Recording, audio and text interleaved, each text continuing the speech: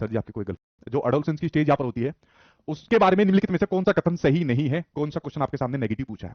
पहला, किशोरावस्था एक सामाजिक संरचना होती है, एक सोशल कंस्ट्रक्शन होती है, बिल्कुल ठीक बात है। जैसे बाल्यावस्था होती है ऐसी किशोरावस्था होती है, क्योंकि जो समाज होता है समाज किशोरों को बताता है कि तू लड़का है तो तुझे ये कपड़े पहनने, तू लड़की है तुझे ये वाली कपड़े यहाँ पर पहनने, तू लड़का है तो तुझे इस वाली फील्ड के अंदर जाना है, इस वाले कैरियर को चुनना है, तू लड़की है तो तुझे इस वाले के अंदर यहाँ पर जाना है। तो भाई ये तो पॉजिटिव हो गया, ये तो सही है आपके सामने। दूसरा, किशोरावस्था को आमतौर पर यौवन को शुरू करने के लिए माना जाता है। यह यौवन जो प्यूबर्टी मैंने आपको बताया, क्या प्यूबर्टी यहाँ पर आपको बताई, उसके लिए माना जाता है यह एक ऐसी प्रक्रिया है जो यौवन परिपक्वता एवं रिप्रोडक्शन यानी कि पुनरुत्पादन की क्षमता की ओर ले जाती है। ठीक है, ये बिल्कुल ठीक है, पॉजिटिव है।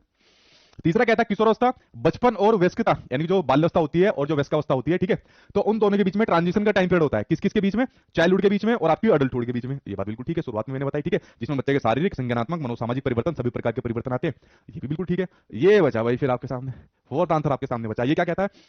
विभिन्न संस्कृतियों के बच्चे एक समान तरीके से, कैसे एक समान तरीके से किशोरावस्था में एंट्री लेते हैं और इसके अनुभव करते हैं। देखिए, एक समान तरीके से एंट्री नहीं लेते, अलग अलग तरीके से एंट्री लेते हैं। किशोरावस्था में अलग अलग तरीके से प्रवेश करते हैं और अलग अलग ही अनुभव यहाँ पर लेते हैं। जैसे मैंने एग्जांपल दिया था कि कुछ संस्कृतियों के अंदर मासिक धर्म को उत्सव के रूप में मनाया जाता है और कुछ संस्कृति के अंदर इसको दबा दिया जाता है, मंदिर में नहीं जाओगे, किचन में नहीं जाओगे।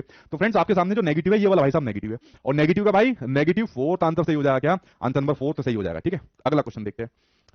अगले के बारे में बताओ। अगला आपके सामने कहता है कि जो किशोरावस्था होती है उसके संबंध में कौन सा कथन सही है। भाई आपके सही बताना है। ठीक है, पहला कि जो काल्पनिक किशोरता होते हैं वो किशोरों का एक विश्वास है कि दूसरे लोग भी उनके प्रति उतने ही ध्यान आकर्षित करते हैं जितने कि वे खुद भी करते हैं। बिल्कुल ठीक बात है, ये बात मैंने आपको बताई, इमेजिनरी ऑडियंस यहाँ पर बताई। अच्छा, एक पर्सनल फेबल्स भी बताई, जो व्यक्तिगत दंत कथाएं होती है। पर्सनल फेबल मतलब व्यक्तिगत दंत कथाएं, अपने बारे में विचार होते हैं, अपने बारे में कुछ कथाएं होती है। ठीक है। दूसरा, जैसे हम लोग जब किशोर थे या अभी भी आपके अंदर ये कभी दिक्कत होगी, जैसे लाइक मैंने शर्ट पहन रखी है, ठीक है, अब इस शर्ट के ऊपर मान लीजिए कुछ इंकी डल गई, यहाँ पर कुछ निशान पड़ गया। अब कोई इसके ऊपर ध्यान न दे, लेकिन किशोर का ध्यान पूरे टाइम यहाँ पर रहेगा। यार कोई क्या देखेगा, अरे यार ये तो मेरी दोस्त आ गई, ये क्या कहेगी कि देखा ऐसी शर्ट पहनी है। तो किशोरों के अंदर ही सबसे बड़ी दिक्कत देखने को मिलती है। ठीक है, इस वाली बात को समझिए। तो ये सोचते हैं कि दूसरे लोग भी उनके प्रति उतने ही ध्यान आकर्षित करते हैं जितने की भी, कि यहाँ पर मान लीजिए शर्ट पर कोई चीज डल गई तो जितना मेरा ध्यान बार बार ये जा रहा है दूसरे का भी यहाँ पर जा रहा होगा। ठीक है, जैसे हमारे बैच के अंदर उस टाइम पता क्या थी, जैसे कोई लड़की होती है उसको बहुत शौक होता है हेयर कटिंग का। ठीक है, तो हेयर कटिंग करा, मान लो किसी ने कराया, कभी छोटे बाल कराए कभी बड़े बाल कराए, तो बार बार ही जुल्फों में हाथ मारे। इसका मतलब जुल्फों में हाथ मारने का मतलब कटिंग करा ली, तो उसका सारा ध्यान अपनी जुल्फों में होता था और चाहती थी कि सब मेरी भी जुल्फों के ऊपर यहाँ पर देखे। तो ये होता है इमेजिनरी ऑडियंस, जितना ध्यान मेरे ऊपर मेरी चीजों के ऊपर है उतना ही दूसरे व्यक्तियों का भी यहाँ पर हो। तो ये पॉजिटिव है, किशोर ऐसी हरकतें करते हैं, ऐसी जुल्फों में हाथ मारते दूसरे के ध्यान को आकर्षित कराने के लिए।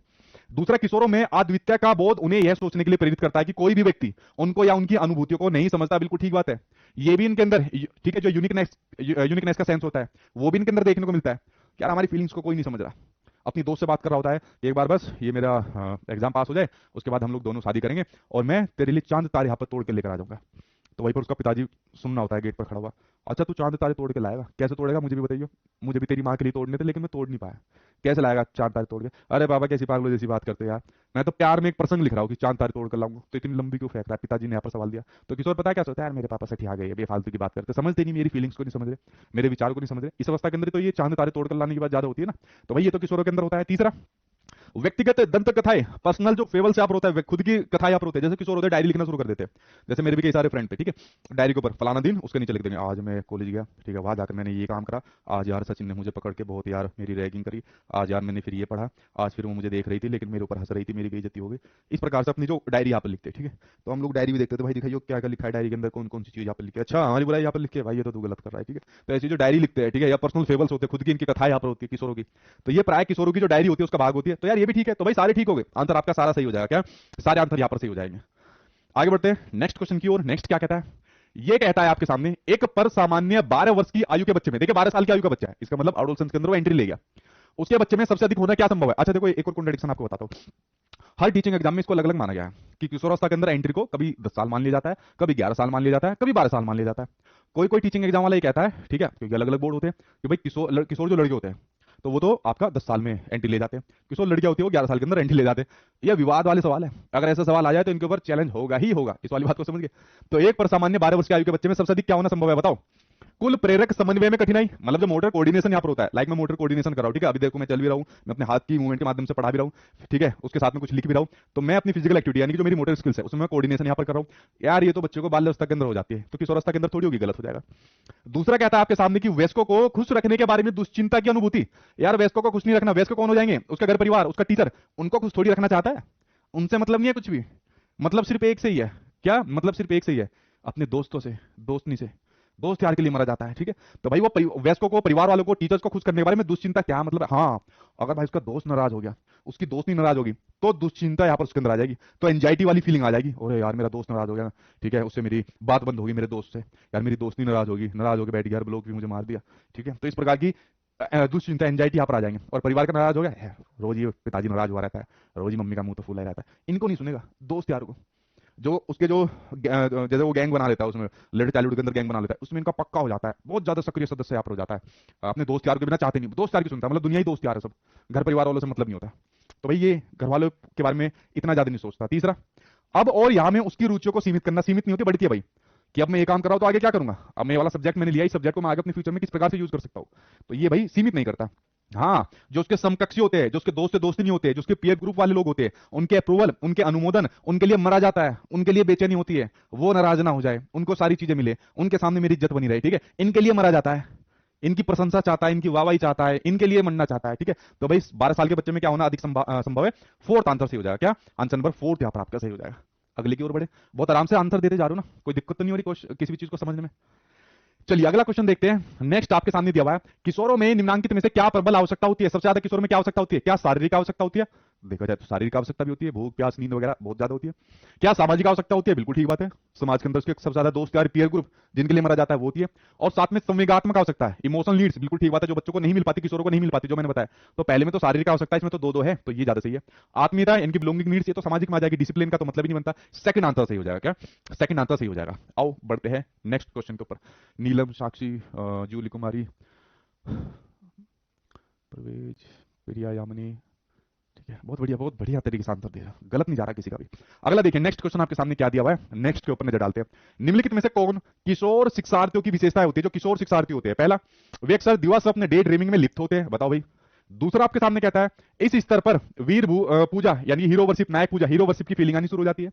तीसरा कहता है, भाई पहला तो ठीक है, चलो मैं साथ के साथ बता रहा हूं, दिवस अपने डे ड्रीमिंग करते हैं, बिल्कुल ठीक बात है, हीरो वर्शिप की फीलिंग आनी शुरू हो जाती है, वीर पूजा की भावना शुरू हो जाती है, भी ठीक है। वे समूह और गिरोह में रहना चाहते हैं, बिल्कुल ठीक बात है, अपने गैंग के अंदर ज्यादा रहना चाहते हैं। वे भावनात्मक रूप से स्थिर होते हैं, इमोशनल तौर पर वो स्थिर नहीं होते, इमोशनल तौर पर वो अस्थिर होते हैं, स्टेबिलिटी नहीं रहती, इनस्टेबिलिटी रहती है, इमोशंस जल्दी जल्दी परिवर्तन होना शुरू हो जाते हैं, जो फोन पर एग्जांपल देकर मैंने बताया, तुरंत नाराज हो जाएंगे, तुरंत यहाँ पर खुश, यहाँ पर हो जाएंगे, तो भावनात्मक तौर पर स्थिर नहीं, अस्थिर होते हैं, ये वाला नेगेटिव है भाई। विपरीत लिंग के प्रति आकर्षण होता है, विषम लिंग आकर्षण, ये बिल्कुल ठीक है भाई आपके सामने, ये भी पॉजिटिव है। वे समूह, जो ग्रुप होता है, जो जान होती है उसकी, उसकी अपेक्षाओं और दबाव के संबंध में स्थिर होते हैं, स्थिर नहीं होते भाई, इसके अंदर भी वो अस्थिर यहाँ पर होते हैं। एक, पहला, दूसरा, तीसरा, पांचवा, पहला, दूसरा, तीसरा, पांचवा, सेकंड आंसर यहाँ पर आपका सही हो जाएगा, क्या सेकंड आंसर यहाँ पर आपका सही हो जाएगा।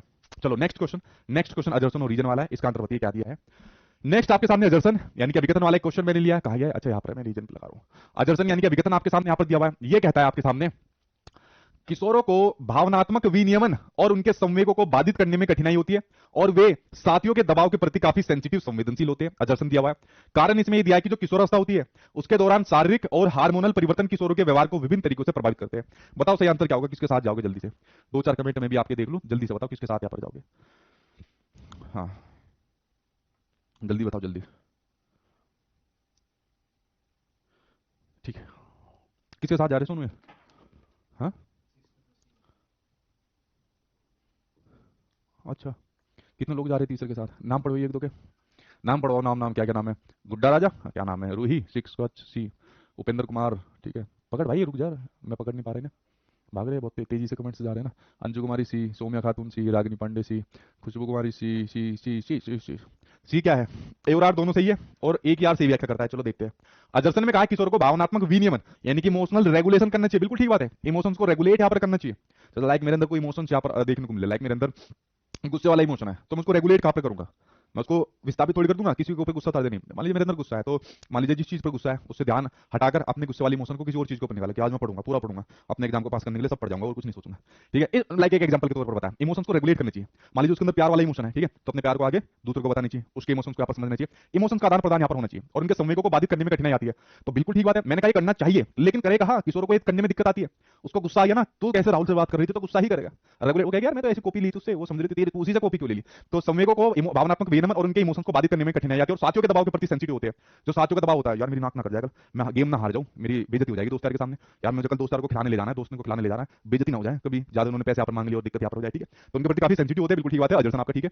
और किशोरावस्था के दौरान शारीरिक चेंज आते हैं और हार्मोनल परिवर्तन की वजह से ये उनके अंदर देखने को मिलता है, ये भी ठीक है। और दोनों ही किशोरावस्था से संबंधित है, इसका मतलब दोनों आपस में एक दूसरे से संबंधित है, यानी कि एक यार सही व्याख्या करता है। थर्ड आंसर बिल्कुल ठीक हो जाएगा, ठीक है। फ्रेंड्स हमारा लास्ट क्वेश्चन बचा है, इसके बाद किशोरावस्था यहाँ पर आपकी खत्म हो जाएगी। और कैसी लगी एडोलेसेंस वाली क्लास, मजा आया आपको? देखिए मैं एग्जांपल जो है ना, बिल्कुल वो एग्जांपल देना पसंद करता हूं जिससे आप बहुत जल्दी समझ जाए, जो आपको एकदम कनेक्ट करे, जो आपकी डेली लाइफ से संबंधित हो। एग्जांपल देने के लिए तो मतलब मैं कुछ और भी दे सकता हूं, किताबों की लैंग्वेज यहाँ पर दे सकता हूं, मेरा तरीका ही नहीं है।